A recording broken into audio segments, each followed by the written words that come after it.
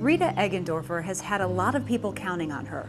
Her husband, her kids, 11 grandchildren, and 3 great-grandchildren. It's a lot of motivation to keep her going, to stay healthy. Like I said, I walk 7-8 miles a day. Yeah, I eat steel-cut oats for breakfast every morning with half a cup of blueberries, the bananas, the strawberries, walnuts. But I mean, I've always done what is, hopefully I always think, the right thing to do. So when she suffered her heart attack, she knew she had to be a survivor for them. It was scary, but I think when I was in the room, you know, and there's my husband and my kids, and it was like, wow, I almost lost all of this because I was so stubborn. Rita had been to lunch with friends. Afterwards, she didn't feel quite right.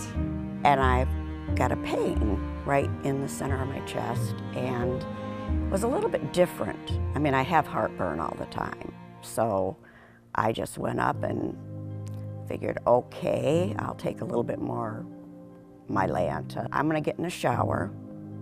Maybe a hot shower will, you know, make me feel better. So I went ahead and got in bed. It was probably about 6 o'clock. I go to bed early anyway. And I was fine. But Rita wasn't fine. So the next morning we got up, and after my oatmeal, the pain was back. And we started down Douglas, because we live right by Douglas Road. And by the time we hit Beach Road, I said, you need to take me to the hospital. By the time we got to Capitol, I was sweating, and I got my cell phone out and I called 911.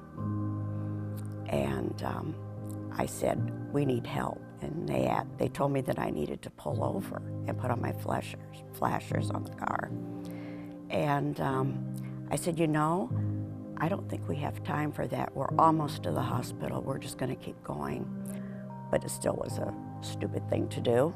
Rita suffered a massive heart attack. After they came to the room, that my main artery, which is the widowmaker, was 100% blocked, and that my other arteries were 60 and 70% blocked.